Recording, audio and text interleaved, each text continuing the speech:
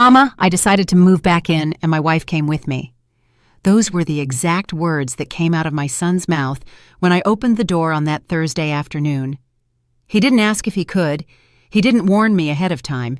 He just showed up with 2 large suitcases, a backpack slung over his shoulder, and that familiar smile he always used when he needed something from me. Chloe was standing right behind him, wearing dark sunglasses even though the sun was already setting, and she was looking at my house as if she were inspecting every corner, every wall, every detail that she didn't like. I didn't say anything in that moment. I just took a step back and let them walk in. But something deep inside me, something that had been dormant for years, started to stir with an uneasiness I couldn't ignore. I'm 70 years old. 70 years I've given everything I had to this family. 70 years of putting others first, of cooking, cleaning, caring, and saving every single penny so my children could have what I never did. My husband passed 5 years ago. When he left, I thought my life had died right along with him. For months, I didn't know who I was without being someone's wife, without being the mother everyone relied on. But slowly, with the help of my friend Joyce, I started to rebuild myself. I truly learned how to use my cell phone, not just for receiving calls. Now I have WhatsApp, Facebook, even an Instagram where I upload pictures when I go out with my friends. I go to the salon every 2 weeks, I get my nails done, and I color my hair a vibrant chestnut brown that makes me feel alive. I walk in the park every morning with a group of women who, like me, decided that life doesn't end when you hit 60. Last year, I took an online baking course. I made new friends. I started living for myself, not just for everyone else. This house is mine. I bought it with my husband's life insurance money and the savings I tucked away over 30 years of working part-time at a fabric store. I chose every brick, every window, and every plant in the front garden. It's small, just 2 bedrooms, a spacious living room, a kitchen, and a backyard patio where I keep my potted flowers that I tend to every single morning. But it's mine. No one gifted it to me. No one did me a favor by handing it over. I paid for it, I decorated it, and I decided on every single thing inside it. For these 5 years, I had lived here alone and in peace. My son Marcus used to visit every 2 or 3 months, always in a hurry, always asking to borrow money he never returned, always with that look of a son who knows his mother will never tell him no. But never, never had he shown up like this, with suitcases, and without asking first. When they came in, Chloe didn't even greet me properly. She just gave a quick hello with a smile that didn't reach her eyes and started walking around the living room as if she were in an unfamiliar house that needed to be inspected. She paused in front of the cream-colored sofa with floral cushions that I bought 2 years ago and absolutely love, and she wrinkled her nose. Marcus dropped the suitcases in the middle of the room and gave me a quick automatic hug, the kind people use when they want to seem affectionate but are really thinking about something else. "Mama, we needed a change," he said, pulling away and glancing toward the kitchen. "Things weren't working out at the apartment, and we thought it'd be good to stay here with you for a while." Chloe nodded without looking at me. "Just for a while," she repeated. But the tone of her voice didn't sound temporary. It sounded final. I didn't ask them what happened. I didn't ask them why they hadn't called first. I didn't tell them that I would have preferred a warning, even just one day to prepare myself, to think, to decide if this was something I even wanted. I just nodded, just as I always had, and told them they could stay in the room I used for storage. Marcus smiled with relief. Chloe finally took off her shades and looked directly at me for the first time. "Thanks, Alara," she said, using my first name. Not Mama, not mother-in-law, just my name, as if we were co-workers. "We're going to need closet space," she added, and then turned away to continue her inspection. I couldn't sleep that night. I lay in bed, staring at the ceiling, listening to the sounds of my own house that now felt different. I could hear Marcus and Chloe's voices through the wall, talking in low tones, laughing every once in a while. At some point, I heard Chloe mention something about changing the furniture, and Marcus responded that, yes, There were a lot of old things that were useless now. They didn't say my name, but I felt like they were talking about me too, as if I were part of the inventory of things that needed an update. I got up, went to the kitchen, poured myself a glass of water, and stood there in the dark, feeling something I hadn't felt in my own house since I bought it. I felt like an intruder. I felt uncomfortable. I felt small. The next day, I woke up early as usual. I showered, dressed in a pair of jeans and a pink blouse I like, combed my hair, and went out for my morning walk. Joyce was already waiting for me in the park with her coffee thermos and that huge smile she always has. "Ilara, it's a miracle you got here on time," she said, hugging me. "Usually, I'm the one waiting." I told her everything as we walked. I told her Marcus had shown up unannounced, that he'd brought Chloe, and that they had settled in as if the house belonged to them. Joyce stopped walking and looked at me seriously. "And what did you say?" she asked. "Nothing," I replied. "I didn't say anything." Joyce shook her head. "Ilara, that house is yours. You paid for it. You decide who lives there." "I know," I said, "but I couldn't tell my own son no." Joyce sighed. "Honey, sometimes the problem isn't that we can't say no. The problem is that no one ever taught us we had the right to." I got back home 2 hours later. When I opened the door, the sight that greeted me froze me in my tracks. Chloe had moved my furniture. My cream-colored sofa was pushed against a different wall. My floral cushions were piled in a corner. The coffee table where I always put my teacup and magazines was out on the patio. Marcus was hanging a huge painting on the main wall, a modern piece with gray and black lines that I absolutely hated. Chloe was standing in the middle of the room with her hands on her hips, directing everything like she was an interior designer. "Oh, Ilara, you're here," she said when she saw me. "We're making a few minor changes just to make the space feel a little fresher, more current.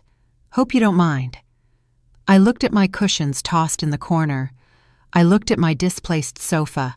I looked at the horrible painting Marcus was hanging on the wall where I had a family photo I loved. Something inside me wanted to scream. I wanted to tell them that this was my house and no one had the right to move anything without asking me. But I just smiled. That automatic smile I'd perfected over decades, and said, "It's fine. Do whatever you need to do." Chloe smiled, satisfied, and went back to giving orders. The days started to blur, and my house stopped feeling like my house. Every morning, I woke up expecting to find something else changed, something else moved, something else that no longer belonged to me. Chloe had taken over the kitchen.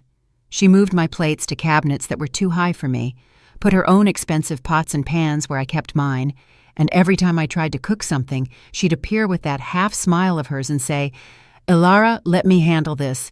You've done enough cooking for a lifetime. Just take a rest." It sounded considerate, but the tone wasn't. It was as if she were telling me I was useless now, that my time in that kitchen was over. Marcus wasn't helping either. He spent most of the day on the sofa looking at his phone. Sometimes he'd go out and come back late. He never explained where he went. When I asked him if he was job hunting, he'd just say, "Mama, I'm working on it. Don't worry." But I was worried. I was worried because he wasn't paying for anything, wasn't helping with the expenses, and every time I went to the grocery store, I noticed my money was disappearing faster than normal. One afternoon, while Chloe was in the shower and Marcus was out, I took the opportunity to check the pantry. Almost everything I had bought the week before was gone. In its place were things Chloe had brought, expensive brands I never bought because I couldn't afford them. I opened the refrigerator and saw the same thing: organic yogurts, imported cheeses, cold-pressed juices that cost 3 times the usual price. I felt a knot in my stomach. I live on a modest pension and the money I saved over years. I couldn't afford to maintain these kinds of expenses. But when Chloe came out of the bathroom, walking past the kitchen with her hair wrapped in a towel, I didn't say a word. I just closed the refrigerator and went to my room. That night, lying in bed trying to sleep, I heard voices again. They were coming from the living room. I got up slowly and approached my bedroom door without making a sound. Marcus and Chloe were talking. "Don't shout," Chloe was saying. "Your mother might hear." Marcus replied with something I couldn't quite catch, but then Chloe spoke clearly, her voice sharp. "This house is perfect for us. It's in a good neighborhood, it's a decent size, and the best part is we're not paying rent." I felt the air rush out of my lungs. Marcus said something about me, something that sounded like, "But it's her house." Chloe chuckled softly. "For now," she said. "But think about it, Marcus. Your mother is 70 years old. She won't live forever. And when she passes, this house will be yours anyway. Why wait? We can start doing things our way now. She won't say anything. She never says anything." I stood frozen behind the door. Chloe's words echoed in my head, an unstoppable refrain. She won't live forever. We can do things our way. She won't say anything. She never says anything. Something broke inside me, something that had been holding me together for years. It wasn't just pain. It was clarity. It was the naked truth staring me down, with nowhere left to hide. My son hadn't come to visit me. He hadn't come to take care of me. He had come to squat in my house, to wait for me to die, and to take what I had built without giving me any respect. And I, as always, was letting it happen. I went back to bed, but I couldn't sleep all night. I lay there staring at the ceiling, feeling my body shake with a mixture of rage, sadness, and something else I couldn't quite name. I didn't cry. I had learned a long time ago that tears don't change anything, but I did make a decision that night, a quiet, cold, clear decision. I wasn't going to yell, I wasn't going to make a scene, and I wasn't going to beg them to respect me. I was going to act. I was going to take back my life, my house, and my dignity. And I was going to do it the only way that works with people who don't understand words, with action. The next day, I got up as usual, showered, got ready, and had a cup of plain coffee because there was no more bread. Chloe had finished it all and hadn't bought more. I put on a crisp white blouse and my favorite jeans. I grabbed my purse and left the house without telling anyone where I was going. I walked 3 blocks to the office of attorney Lena Davis, a lawyer I had met the year before at a senior rights course I took at the community center. Lena was a woman in her 50s, direct, intelligent, with the energy of someone who won't be intimidated by anything or anyone. When I entered her office, she looked up from her computer and smiled.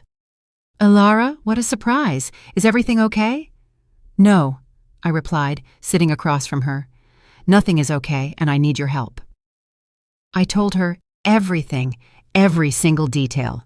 Marcus's unannounced arrival, Chloe's invasion, the changes to my house, the conversation I had overheard the night before.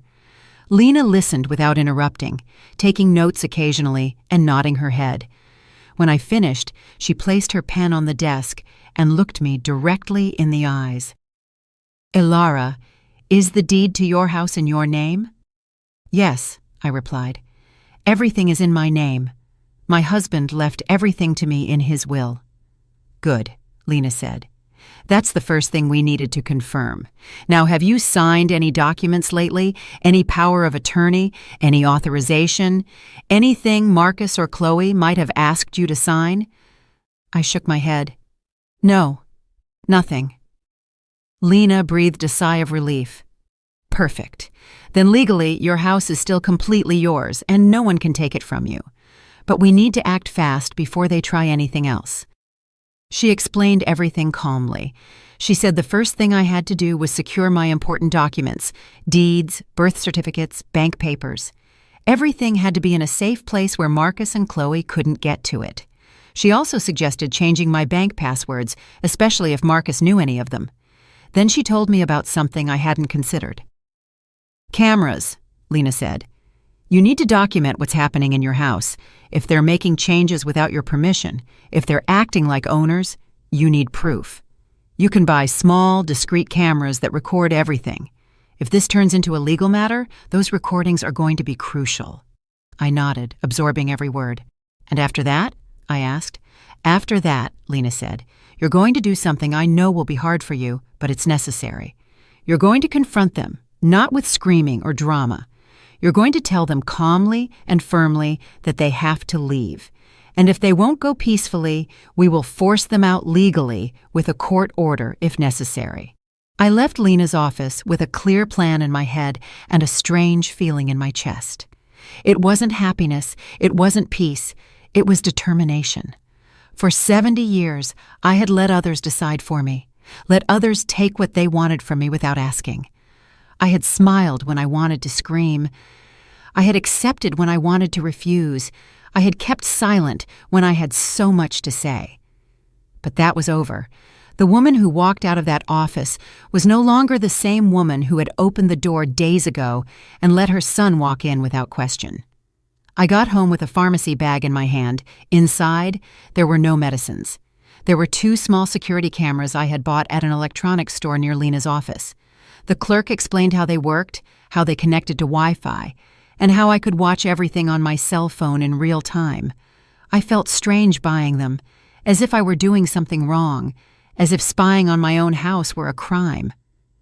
But then I remembered Chloe's words. She won't say anything. She never says anything. And the strangeness turned into conviction. When I entered, the house was silent. Marcus wasn't there. Chloe was in the living room on the phone, laughing at something someone was saying on the other end. She didn't even turn to look at me as I passed. I went straight to my room, locked the door, and took out the cameras. I read the instructions 2 times to be sure.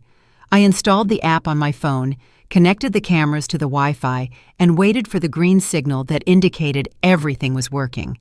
When I saw my own room on my phone screen, I felt a mix of relief and sadness. Relief because now I would have proof of whatever happened. Sadness because I had reached the point of needing cameras in my own house to protect myself from my own son. I waited for Chloe to leave the living room. I heard her go to the bathroom and close the door. I rushed out of my room with one of the cameras hidden in my hand. I placed it on a high shelf in the living room, behind a decorative vase I had bought at a craft market years ago. From that angle, the camera covered the entire living room and part of the kitchen. No one would notice it unless they knew exactly where to look. I hurried back to my room just as I heard Chloe leaving the bathroom. My heart was pounding so hard I thought she might hear it, but nothing happened. Chloe went back to the living room and continued with her day as if nothing had changed. I saved the second camera for later. I didn't know where to put it yet, but I knew I would need it. I sat on my bed and opened the app on my phone. There was the live feed of my living room. Chloe was sitting on my sofa, now positioned where she wanted it, looking at her phone. Everything looked so normal from the outside, but I knew the truth. I knew what she thought of me, and I knew what she was waiting for. That afternoon, Joyce sent me a text. "How are you holding up, girl? Did you talk to your son yet?" I replied that not yet, but I was working on a plan. She sent me an audio message. "Alara, I've known you for over 20 years. I know you're strong, but I also know that sometimes you use that strength to tolerate things you shouldn't. Don't let them take what's yours. Don't let them make you feel like you're overreacting. You have a right to your own house, to your own peace. If you need me to go with you to talk to them, I'll go. You are not alone." Her words made me feel something I hadn't felt in days. Warmth, support. The certainty that even though Marcus had disappointed me, there were still people in my life who valued me. The following days were a constant performance. I continued to be the same Alara outwardly. Good morning, good afternoon, automatic smiles, silent nods. But inside, everything had changed. I watched Marcus and Chloe's every move. I listened to every conversation. I constantly checked my phone to see the camera recordings, and what I saw confirmed everything I needed to know. One morning, while I was walking with Joyce at the park, I checked the live feed on my phone. Chloe was measuring the living room windows with a tape measure. Marcus was next to her, taking notes on his phone. I heard Chloe say, "These awful curtains have to go. We're going to get modern blinds, the kind you control with a remote." I showed the video to Joyce. She shook her head in disbelief. "Alara, this is beyond disrespectful. This is a full-blown invasion. They're redecorating your house as if it already belongs to them. You have to stop them." "I know," I replied, "and I will, but not yet. I need more evidence. I need them to fully expose themselves. That afternoon, Chloe did something that chilled me to the bone. She came home with a man I didn't know, dressed in a business shirt and carrying a briefcase. She sat him down in my living room, offered him coffee she made in my kitchen, and started showing him photos on her phone. I was in my room, watching everything on the camera, with the volume low, but loud enough to hear. The man was a real estate agent. Chloe was showing him pictures of my house from different angles. "We're thinking of listing it in a few months," Chloe was saying with that sweet voice she used when she wanted to get something. "We want to know how much we could get for it. The neighborhood is good, the nearby schools have a good reputation, and the house is in excellent condition." "Well, it needs some updates," the man said, looking around. "But it definitely has potential. I'd say we could list it between $180,000 and $200,000, depending on how much you invest in renovations before selling." I felt my blood boil. Chloe was appraising my house, the house I bought with my money, my hard work, my years of labor and savings. And she was sitting right there on my sofa, planning to sell it as if the papers were already signed, as if I no longer existed. The agent left her a business card and told her to call him when they were ready. As soon as the door closed, Chloe picked up her phone and called someone. "Did you talk to the appraiser?" Marcus asked from the other end. "Yes," Chloe replied. "He says we could get up to $200,000 if we make a few improvements. With that money, we could buy something better, bigger, in a newer area." "And my mother?" Marcus asked.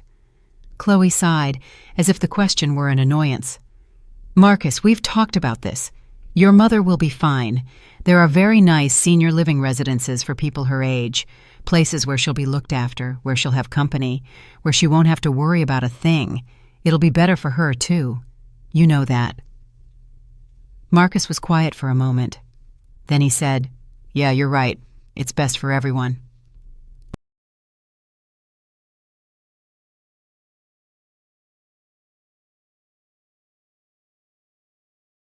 Clear, direct, undeniable proof that my son and daughter-in-law were planning to take my house, sell it, and put me in a residence without even consulting me, without caring what I wanted, without caring that this house was the only thing I had left after a lifetime of sacrifice.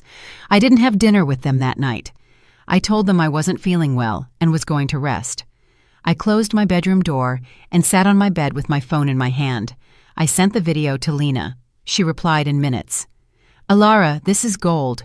With this, we can prove intent to commit fraud and abuse. Are you ready to act?" I replied yes. I was more ready than I had ever been in my entire life. 3 more days passed, and I continued to act as if I didn't know anything, as if I hadn't heard their plans, as if I didn't have recordings of every word they spoke when they thought I wasn't around.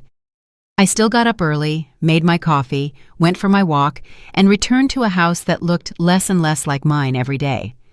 Chloe had brought more things: new throw pillows, new artwork, even a modern floor lamp she put in the corner of the living room that cost more than I spent on groceries in a month. Marcus was still unemployed, still not contributing anything, still spending his days sprawled on the sofa or going out without saying where he went. One afternoon, while I was in my room organizing my important documents into a folder that I planned to take to Joyce's house for safekeeping, I heard raised voices in the living room. Chloe and Marcus were arguing. I opened the camera app on my phone and turned up the volume. "Marcus, we've been here almost 3 weeks and you haven't done any of what you promised," Chloe was saying in a tone I had never heard her use before. "You were supposed to talk to your mother